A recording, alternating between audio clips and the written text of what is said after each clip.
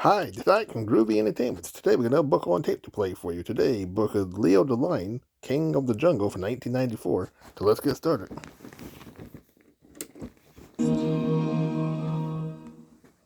Please get out your Leo the Lion book.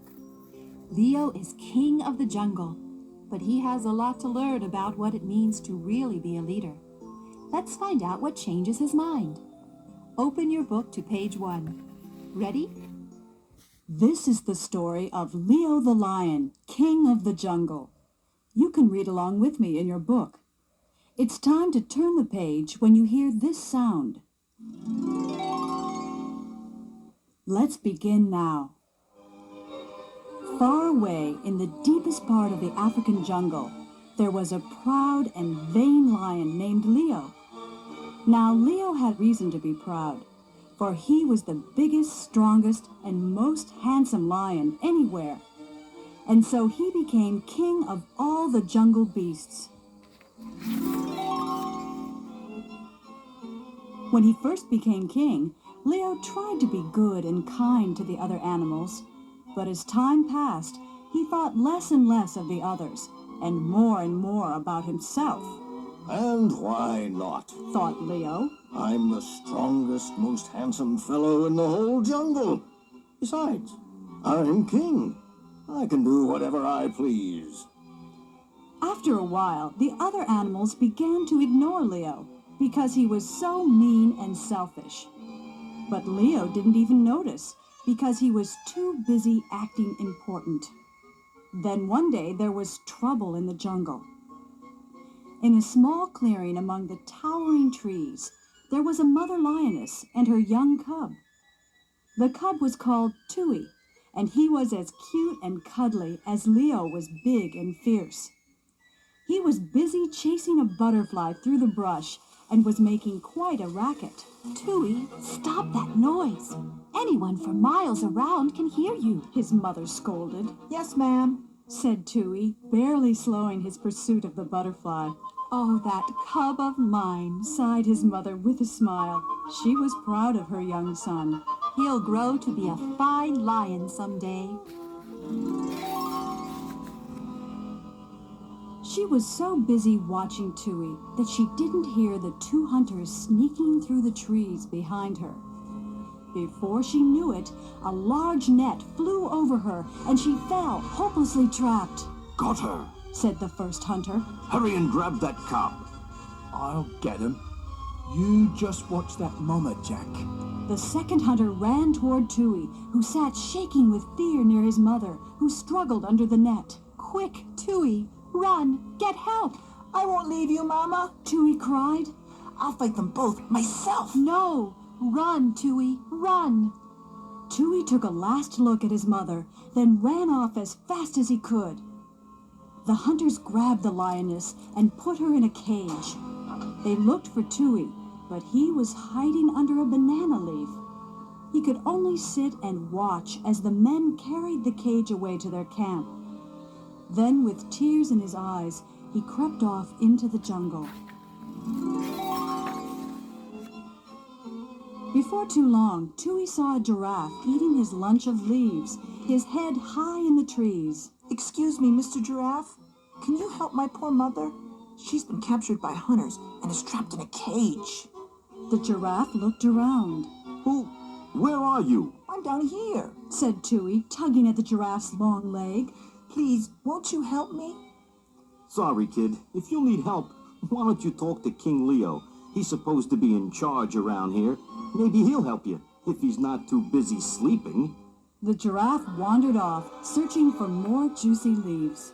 Tui hung his head and went on his way.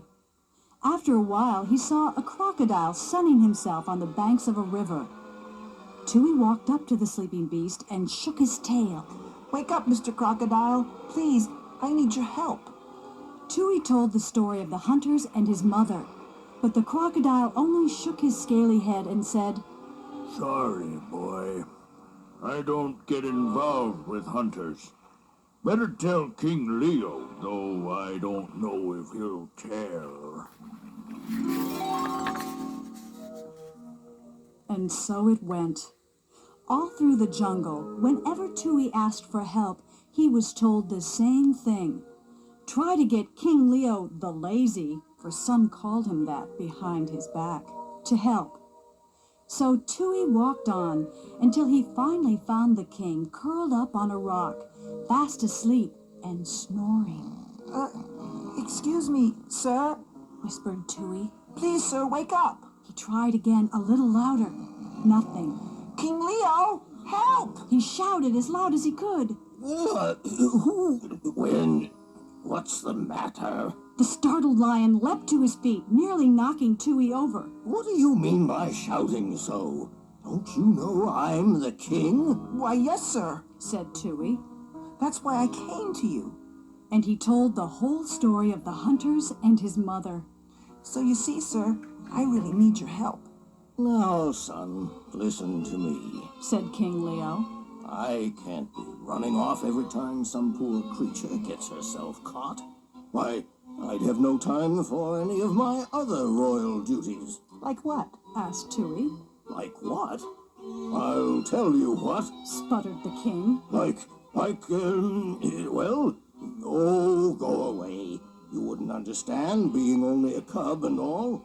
I understand plenty. Tui replied. I understand that the other animals are right. You are a terrible king. You don't care about anyone but yourself. King Leo looked at the little cub standing bravely before him. They say that about me? He asked softly. Yes, and a lot worse. But don't worry. I don't need your help. I'll rescue my mama by myself. Tui turned and started to walk away. Wait, boy. Maybe you're right. I have been selfish. Maybe I can help. King Leo called a meeting of all the animals. At first, no one wanted to come. But when Leo told Tui's story and promised to be a better king and help them, they agreed. But how do we stop the hunters? Asked Monty the python.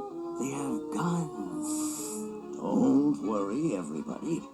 I've got a plan. Leo replied. King Leo told the animals his secret plan. They listened carefully, nodded, then moved off through the jungle. The hunters were in their camp, sitting beside a bright fire. There were many cages scattered around, cages filled with animals from all over the jungle. And there, in one large cage at the edge of the jungle, was Tui's mother. She looked very sad and pushed weakly at the iron bars. Tui nearly cried out when he saw her, and only Leo's big paw across his mouth kept Tui quiet. Don't make a sound. Whispered Leo. Don't worry, cub. We'll free your mother and the other animals too. Just remember your part, son. You're the key to the whole thing. I know. Just leave it to me. Said Tui. Tui bravely marched out into the open. Why, look what we have here, Jack. Said one of the hunters. Looks like Sonny Boy came to visit his mama. Welcome, lad. We've been looking for you. Laughed the hunter called Jack. You'll bring a pretty penny at the circus. Jack bent down to scoop Tui into a bag. But just then, Leo gave a signal and the rest of the plan began. From one side of the camp, the elephants came, trumpeting as loudly as they could. Then from the other side, hyenas charged the hunters, laughing wildly all the way. The confused hunters tried to get away, but they were trapped. King Leo bounded from the jungle and stood fiercely in front of the frightened men. He shook his thick mane and bared his long teeth in a snarl. So, you dare to trap my friends? He roared. Why, I should eat you both right now. I bet you would taste good. No, we're skinny and tough. Cried Jack. We would taste awful. Yes, Said the other hunter. we're dirty. And we smell bad, too. You don't want to eat us, really? King Leo thought for a moment, then spoke. Very well. You will release all of the animals. You must leave my kingdom at once and promise never to return. And you must swear never to hunt animals again. And mind your promises, for if I hear that you have broken your word, I will hunt you down and I will have a good meal. Dirty and tough or not. The hunters quickly agreed and set all the animals free. Then they turned and ran as fast as they could into the jungle. Tui sat quietly beside his mother, and she licked his soft fur and kissed him. My brave son, She purred. I knew you would be a fine lion someday. I just didn't know it would be so soon. Aw, Ma, it was King Leo who had the plan. He said.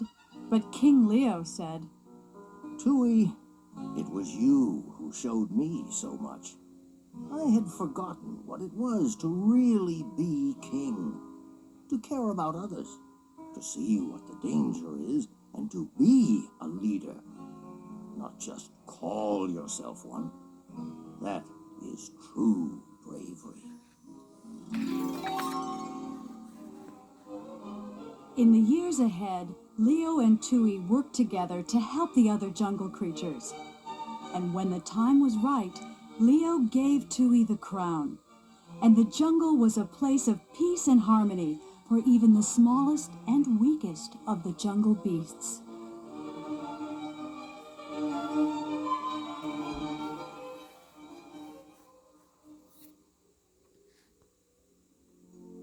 Leo sure learned his lesson, didn't he? Wasn't that a great story? Now you've read all the books in your storybook set. Let's read together again soon. So, that was Leo the Lion, King of the Jungle for 1994. So if you like, subscribe, share, and comment. Have a groovy day with another video coming out real soon.